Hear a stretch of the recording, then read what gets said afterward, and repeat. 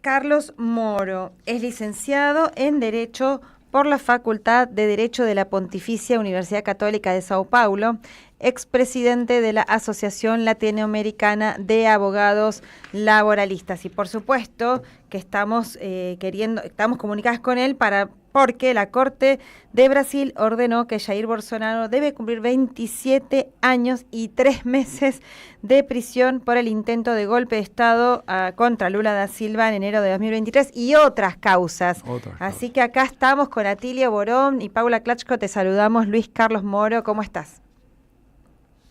Muy bien, es un gusto y un honor estar aquí con ustedes y hablar con los oyentes y los espectadores que están junto con nosotros. Un gran abrazo. Gracias, Luis Carlos. Bueno, como te imaginarás, esa noticia de la condena por 27 años y 3 meses ha resonado como una bomba, porque además, aparte de Bolsonaro, incorpora unas 8 o 10 personas más. Y bueno, se suponía de que el Tribunal Supremo Constitucional de Brasil no iba a avanzar tan lejos y sin embargo lo hizo. ¿Qué posibilidades tiene esta sentencia de ser cumplida? Es decir, que no vaya a haber una revisión, una segunda instancia, una manifestación popular al estilo de lo que ocurrió, digamos, a inicio del 2003, que ponga, que de alguna manera elimine esta sentencia y obligue a la liberación o a la anulación de la sentencia. ¿Cómo lo ves?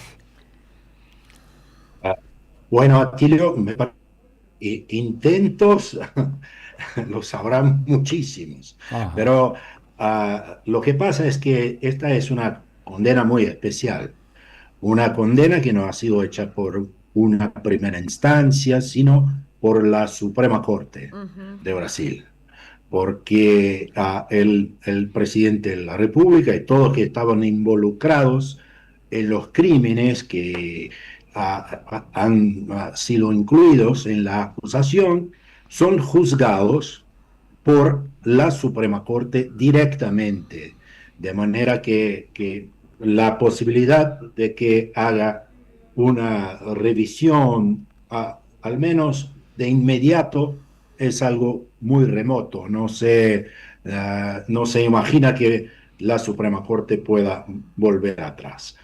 La verdad es que por la primera vez en Brasil se condenan no solo el presidente de la República, uh, inmediatamente después que salga, pues, quiere decir, en el mandato de su sucesor inmediato. Es la primera vez que eso sucede, Uh-huh. porque Collor de Mello está condenado, pero ha sido condenado 30 años después que salió de la presidencia de la República. Pero lo interesante de este caso es que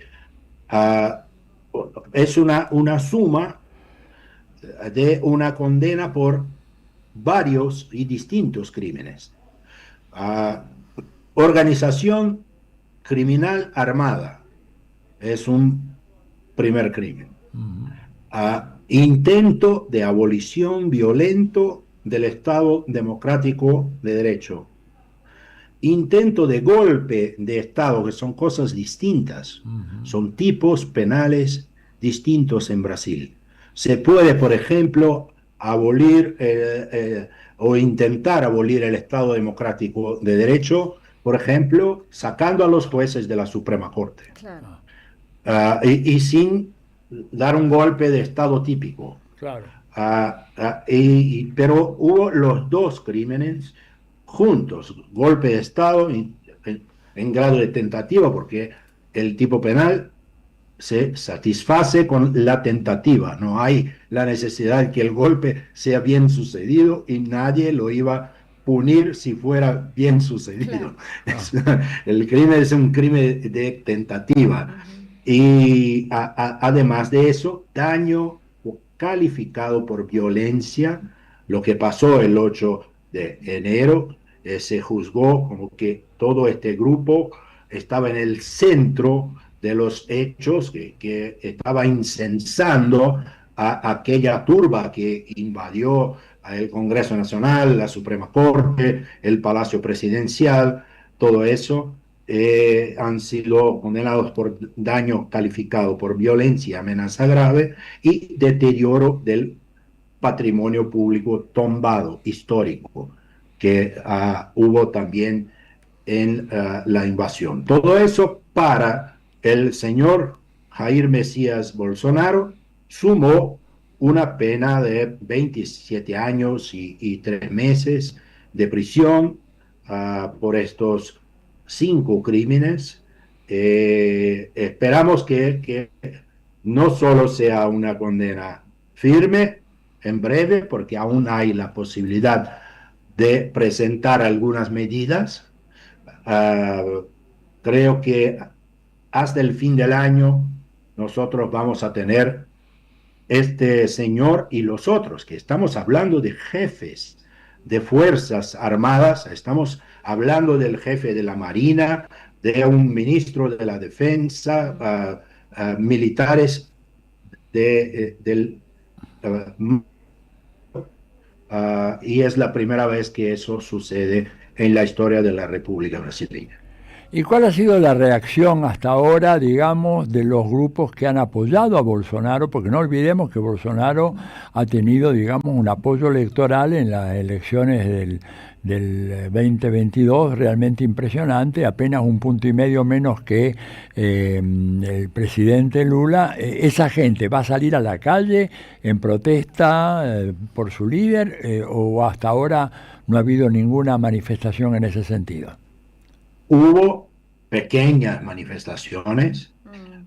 Hoy salió una encuesta que dice que un 57% de la población apoya a la condena, pero un 43% se enoja con la Suprema Corte. Tenemos además una fuertísima reacción del gobierno de los Estados Unidos, que además de poner un tarifazo de un 50% a los productos brasileños, hizo declaraciones muy graves. Impuso a los jueces que votaran en contra de Bolsonaro sanciones increíbles de la ley Magnitsky, que es una ley creada en contra de terroristas y no en contra de jueces en su jurisdicción, segundo las pruebas que han encontrado en los expedientes de un proceso judicial. Sí, yo te iba a hacer, ¿qué tal, Luis Carlos? Te saluda Paula Klachko. Te iba a hacer justamente preguntas en ese sentido, porque Estados Unidos viene elevando el tono con respecto a Brasil, ya como tú dijiste recién con los aranceles y después frente a la condena a Bolsonaro. También lo declaró a Brasil, al igual que hizo con Venezuela allá en 2015 Obama. Ahora han declarado a Brasil como una amenaza inusual y extraordinaria contra la seguridad nacional de los Estados Unidos, lo cual también abre puerta a estas sanciones y a otro tipo, veremos de qué medidas. Incluso están amenazando con la fuerza. Yo leía declaraciones, de la propia Embajada de Estados Unidos en Brasil, elevando críticas al Tribunal Supremo de Justicia. A Marco Rubio, ¿no?, el canciller estadounidense, también amenazando que Estados Unidos iba a responder en consecuencia frente a la condena de Bolsonaro. Y y otras voces más que hubo, para hacerla corta, pero también frente a esto, el presidente Lula contestó con altura, e incluso Itamaraty, que siempre suele ser bastante moderada, frente a la Cancillería, nos referimos de Brasil, frente a esto también, ¿no? Se pronunciaron en contra de esas amenazas por la soberanía, en contra la injerencia, que no se iban a dejar intimidar, etcétera. Incluso hubo amenazas de uso de la fuerza usando la supuesta la excusa de la libre expresión y qué sé yo. ¿Cómo analizás este panorama? Bueno, eso tiene más camadas. Hay una fuerte reacción de las empresas americanas que tienen la propiedad de las redes sociales y de la comunicación a algunas iniciativas tanto legislativas como judiciales en Brasil en términos de no permitir que a nombre de la libertad de expresión se pueda hacer todo en las redes sociales. Ujú. Además de esa gente que es muy fuerte y junto al gobierno actual de los Estados Unidos, hay también algunos integrantes de la extrema derecha de Brasil que se han cambiado de país, están trabajando directamente en los Estados Unidos. Eso es el caso de los dos principales integrantes de este grupo. Uno es el hijo del expresidente Bolsonaro, Eduardo Bolsonaro, que es un diputado por el estado de San Pablo, que está viviendo en los Estados Unidos muy cerca de Trump, de Marco Rubio y del gobierno y de asesores del gobierno de los Estados Unidos, trabajando todo el tiempo para que los Estados Unidos impulsen estas medidas en contra Brasil y su gobierno. Un otro es el nieto del ex dictador João Batista de Oliveira Figueiredo, el general Figueiredo, el último general antes de que el poder en Brasil pasara a las manos de los civiles, de José Sarney.